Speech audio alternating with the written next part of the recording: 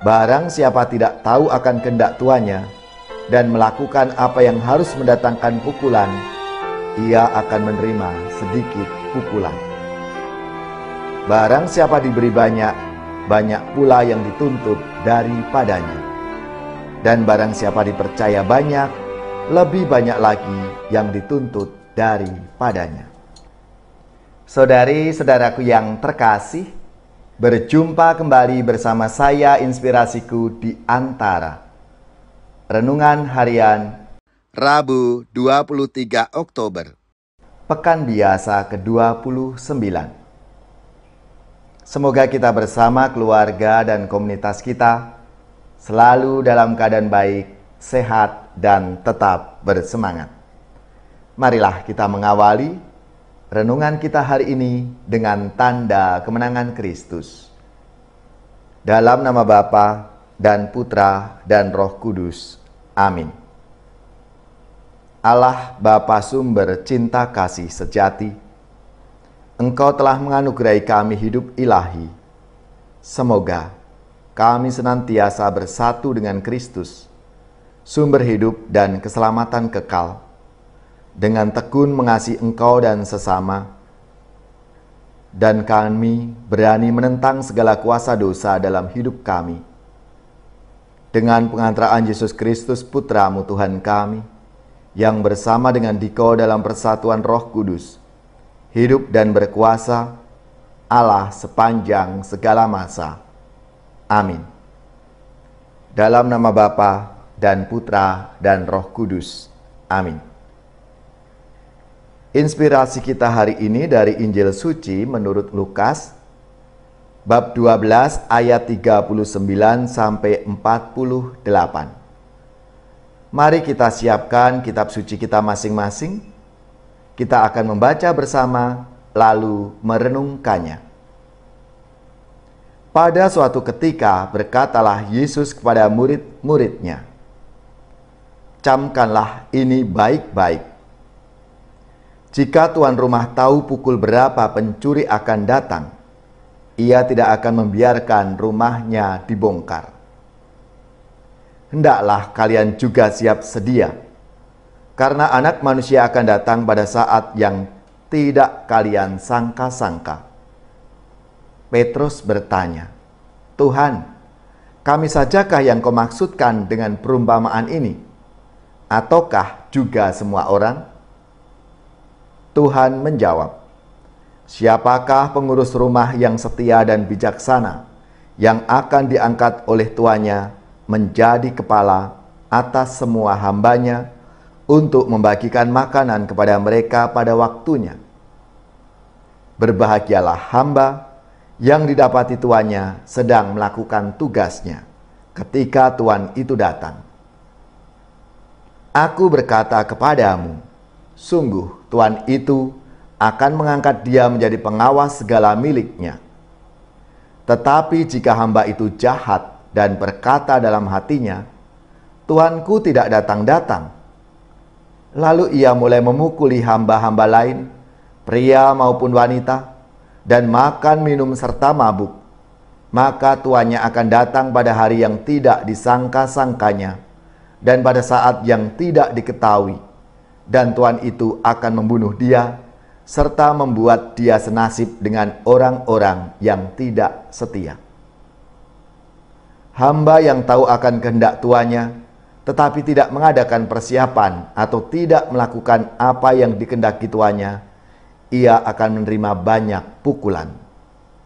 Tetapi barang siapa tidak tahu akan kehendak tuannya dan melakukan apa yang harus mendatangkan pukulan, ia akan menerima sedikit pukulan. Barang siapa diberi banyak, banyak pula yang dituntut daripadanya. Dan barang siapa dipercaya banyak, lebih banyak lagi yang dituntut daripadanya." Demikianlah sabda Tuhan. Terpujilah Kristus. Saudari-saudaraku yang terkasih, hari ini kita semua diingatkan oleh Yesus, barang siapa diberi banyak, maka banyak pula yang dituntut daripadanya. Semakin banyak keistimewaan yang kita miliki, maka semakin banyak pula tanggung jawab kita. Hari ini Rasul Paulus menunjukkan satu lagi keistimewaan sebagai orang Kristiani, yaitu kita telah menjadi ahli waris. Kristus telah menjadikan kita anak-anak Allah. Relasi kita dengan Tuhan bukan lagi relasi hamba dan tuan, tetapi relasi orang tua dan anak. Menjadi pertanyaan refleksi untuk kita semua. Apakah kita bertingkah laku sebagai anak atau hamba di hadapan Tuhan? Ketaatan seorang hamba berdasarkan pada rasa takut akan hukuman, seperti yang kita baca dalam sabda Tuhan hari ini. Jika ia taat, maka ia akan diberi tanggung jawab yang besar, yaitu menjadi pengawas segala milik tuannya. Tetapi, jika ia tidak taat, maka ia akan dihukum. Sebagai anak-anak Allah, tanggung jawab kita lebih besar daripada seorang hamba yang taat. Bapa memberi kita peluang untuk tumbuh semakin dewasa. Kita diharapkan semakin bebas melakukan kebaikan, semakin kreatif mengembangkan bakat-bakat kita, serta semakin peduli terhadap masalah sosial dan lingkungan hidup.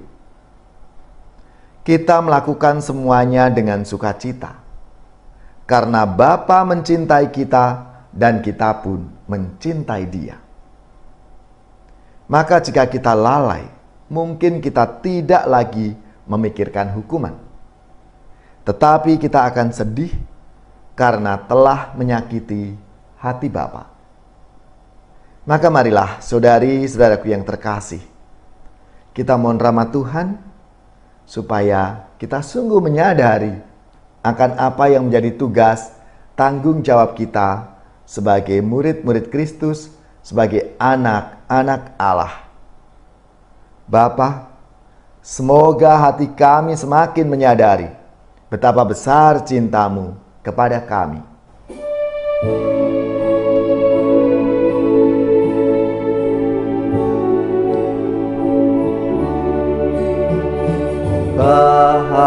Bahagia manusia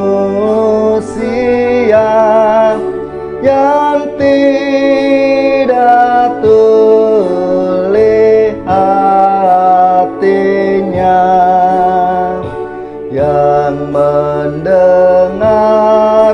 sabda Bapa, tekun melaksanakannya.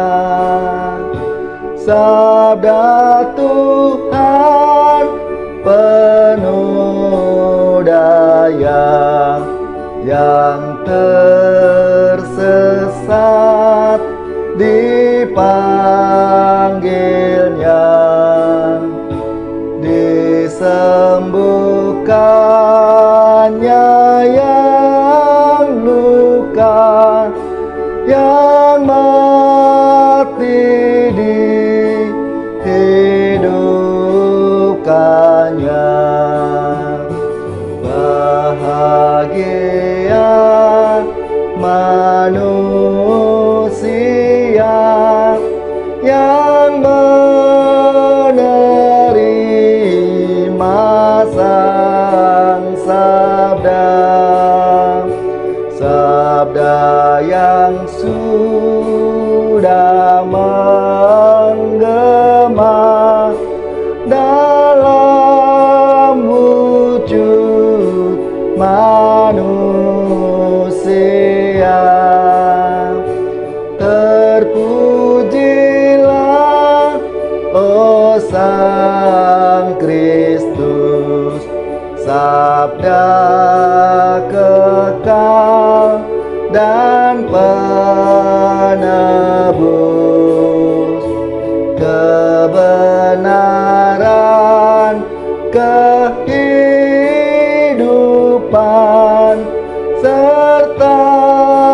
jalan keselamatan.